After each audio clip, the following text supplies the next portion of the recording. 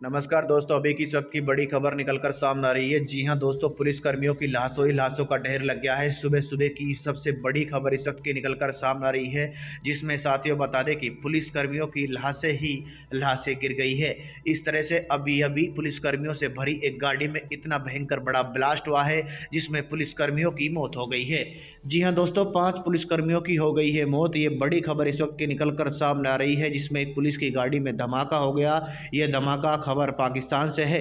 पाकिस्तान की एक पुलिस की गाड़ी में धमाका हो गया, 5 पुलिसकर्मियों की मौत हो गई है। घटना सोमवार को खैबर पख्तून के बाजौर जिले में हुई है और 22 लोगों के घायल होने की खबर है।